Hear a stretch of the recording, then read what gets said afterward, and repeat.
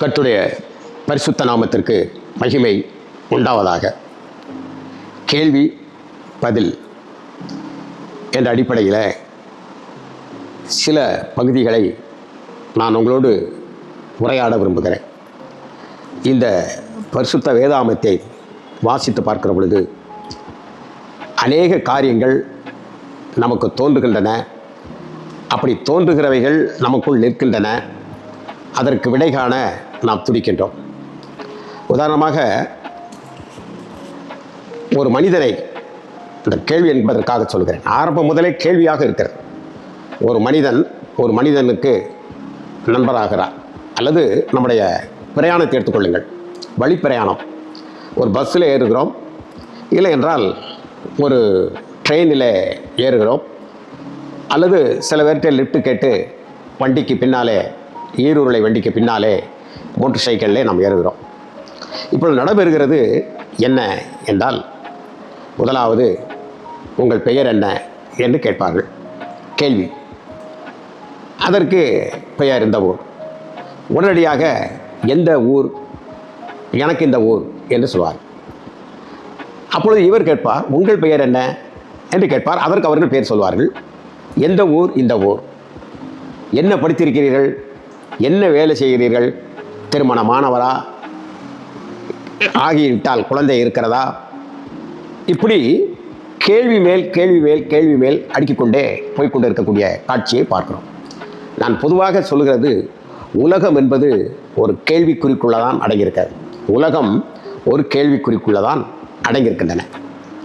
எப்பொழுது இந்த உலகத்தை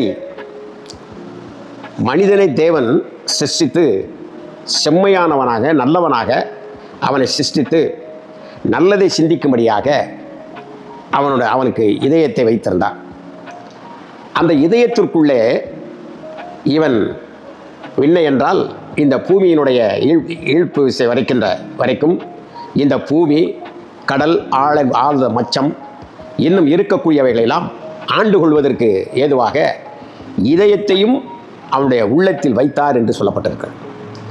அப்போ இந்த உள்ளத்தில் அது இருக்கின்ற பொழுது இந்த உலகத்தை நாம் எப்படி நடத்த வேண்டும், நமது கையிலே கொடுக்கப்பட்டிருக்கக்கூடிய இந்த பொறுப்பை நாம் எப்படி அதை சரியாக அதை நிறைவேற்ற வேண்டும் என்பதெல்லாம் உணர்ந்து கொள்ளக்கூடிய அந்த ஞானம் படைத்து அந்த இதயத்திற்குள்ளே அவர் வைத்தார்.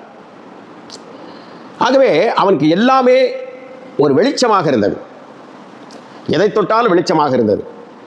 ஆண்டவர் ஒவ்வொரு சிருஷ்டிப்பையும் சிருஷ்டித்து அவனுக்கு முன்னாலே கொண்டு வருகிற பொழுது, ஒரு குதிரையை கொண்டு வந்து விடுகிறார் என்றால், குதிரை என்கின்ற பெயர் வருவதற்கு முன்பதாகவே அதை குதிரை என்றான், மீன் என்றான், கழுகு என்றான், காக்கை என்றான். கடைசியாக ஏவாளுக்கு கூட ஆண்டவர் பேர் வைக்கவில்லை, ஏவாள் என்று தான் அவன் சொன்னான்.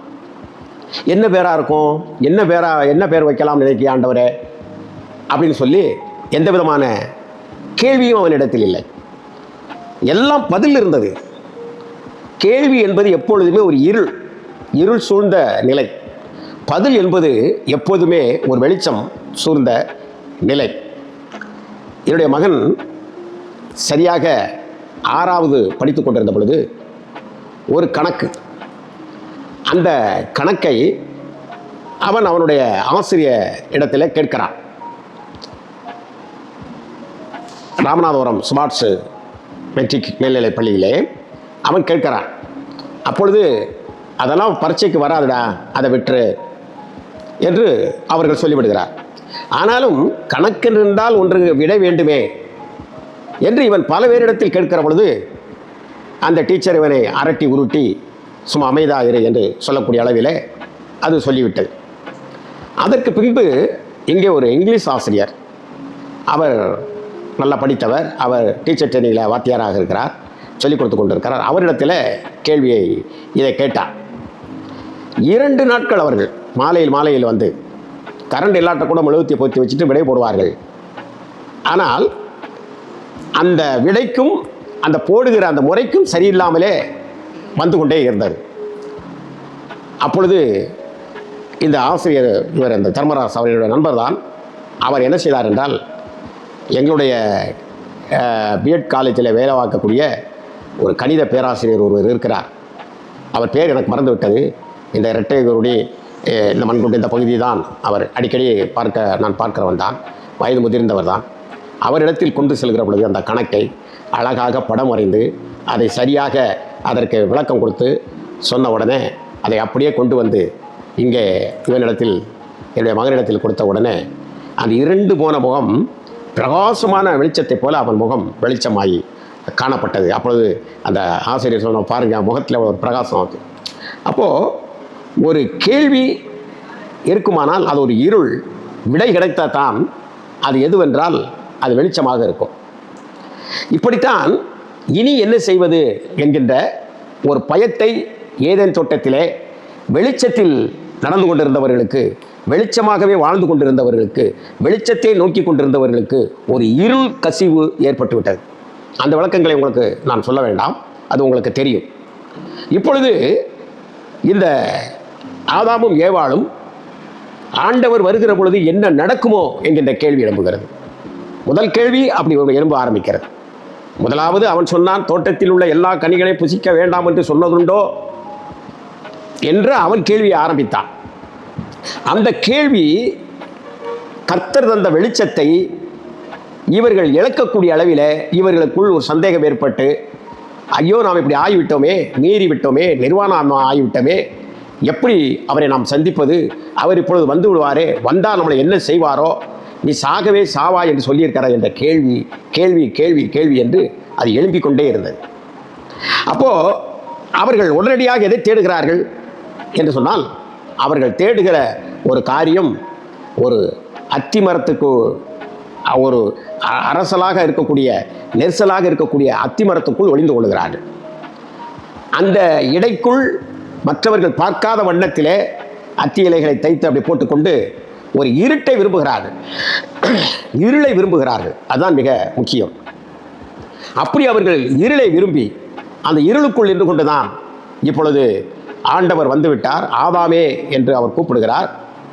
ஒரு பதிலும் இல்லை. ஏன்? இருளில் இருக்கிறார்கள் அல்லவா. நீ எங்கே இருக்கிறாய் சொல் என்று அவனுடைய வார்த்தைக்கு ஒரு சக்தி இருக்கிறது. சொல் என்று சொன்னவுடனே அவனால் சொல்லாமல் இருக்க முடியவில்லை. நான் நிர்வாணியாக இருக்கிறபடினால் பயந்து நான் ஒளிந்து கொண்டேன், இருளை விரும்புகிறேன் என்கின்ற அடிப்படையில் வந்துவிட்டான். கர்த்தர் சொன்னார், உனக்கு நீ நிர்வாணி என்று உனக்கு அறிவித்தவன் யார் என்று கேட்டார். அவர்கள் பலவிதமான காரியத்தை ஒருவர் மீது போட்டுக்கொண்டே போனார்கள். ஏனென்றால் விடை தெரியவில்லை அல்லவா. யார் காண்பித்தா? ஆண்டவரே நீ சொன்னீர், செய்ய வேண்டாம் செஞ்சிட்டோம் ஆண்டவரே, அதுதான் காரணம், மன்னிச்சிருங்கன்னா உடனே வெளிச்சம் டக்குனு. இதை பீஸை பிடிங்கிட்டானே. இப்போ பீஸு இப்போ இந்த வீட்டில் 2-3 நாள் கரண்ட் இல்லாமல் அங்கே அந்த போலில் பீஸு பேச்சுது. அது வயல் தண்ணி கிடக்குது அப்படிங்கிற ஒரு சாக்கு சொல்கிறாங்க, எங்களுக்கு வர முடியாதுங்க. ஒருத்தர் இன்னொரு சாக்கு சொல்லி இப்படியே வரல. அப்புறம் இன்னொரு ஆள், ஒரு தைரியமான ஒரு ஆளை கூட்டிகிட்டு வந்து ஏறி நான் போட்ட பின்பு தான் வெளிச்சம் வந்தது. இங்கே இருக்கிறது, பல்ப் இருக்கிறது, இந்த சுவிட்ச் இருக்கிறது, மெயில் இருக்கிறது. 2 சகோதரர்கள் இதை பார்ப்பதற்காக வந்திருக்கிறார்கள். அத்தனை இருந்தும் ஏன் எரியவில்லை என்றால் மெயிலில் பீசு பேசுது. அப்போ தோட்டத்தில் எதை செய்யக்கூடாது என்று சொன்னாரோ அதை செய்யும்படியாக இந்த மனித எதிராளியாக இருக்கக்கூடிய சாத்தான் அதை செய்து விட்டபடினாலே பீசு போய் எல்லாம் இருந்துச்சு. நீ உடனே நினைப்பிய தோட்டம் இருட்டாயிருக்கும், அப்படி அல்ல. இவன் மனது இருண்டு போய்விட்டது. நீங்கள் பார்த்துருக்கலாம், நல்ல வெளிச்சத்தில் நடு பகல் வேலையில் கூட சில பேர் எதிலையா போய் முட்டிக்கு நிற்பாங்க. அது என்ன தெரியுமா? அவனுடைய உள்ளத்தில், அவனுடைய உணர்வில் வெளிச்சம் இல்லை. என்ன செய்வது, ஏது செய்வது? இன்றைக்கு முறையை கழித்து விட்டோம், நாளைக்கு என்ன செய்வது?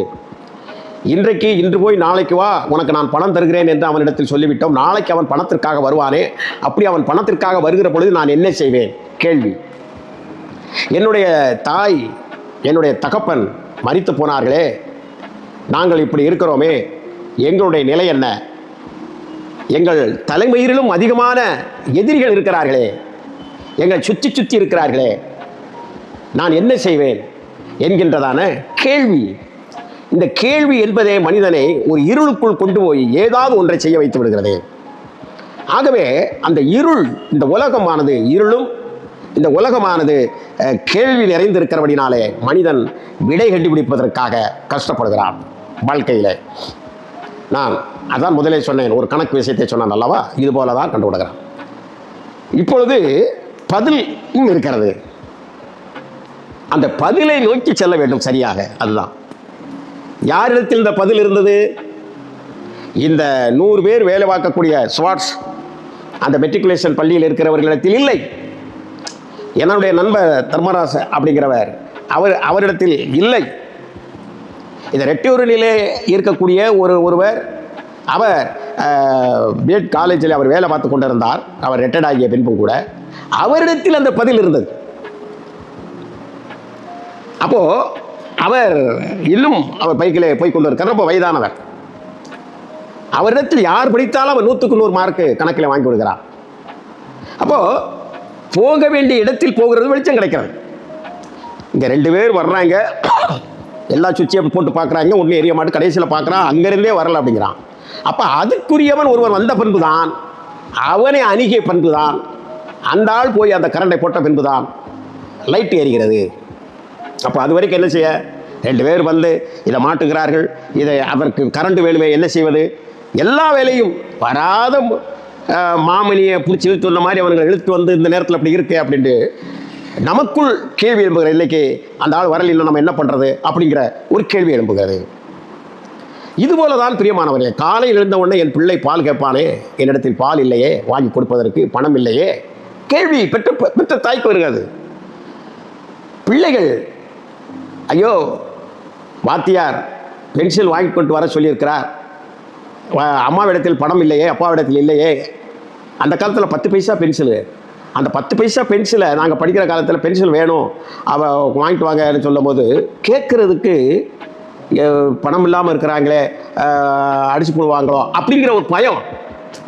அப்போ மனிதன் கேள்வி மேல் கேள்வி மேல் கேள்வி மேல் வளர்ந்து வளர்ந்து வளர்ந்து கேட்டுக்கொண்டே இருக்கிறான். சாக்ரடீஸே சொன்னார், கேள்வி கேளு அப்படின்னாரு. நல்லா தெரிஞ்சுக்கோங்க, கேள்வி கேட்கலாம், அதாவது ஒரு காரியத்தை பெற்றுக்கொள்வதற்காக. கேள்வியாகவே பயந்து தன் வாழ்க்கை பூராமே தனக்கு எதிரடியாக மனித ஜென்மம் வாழ்க்கை அப்படி மாறி போய்விட்டது.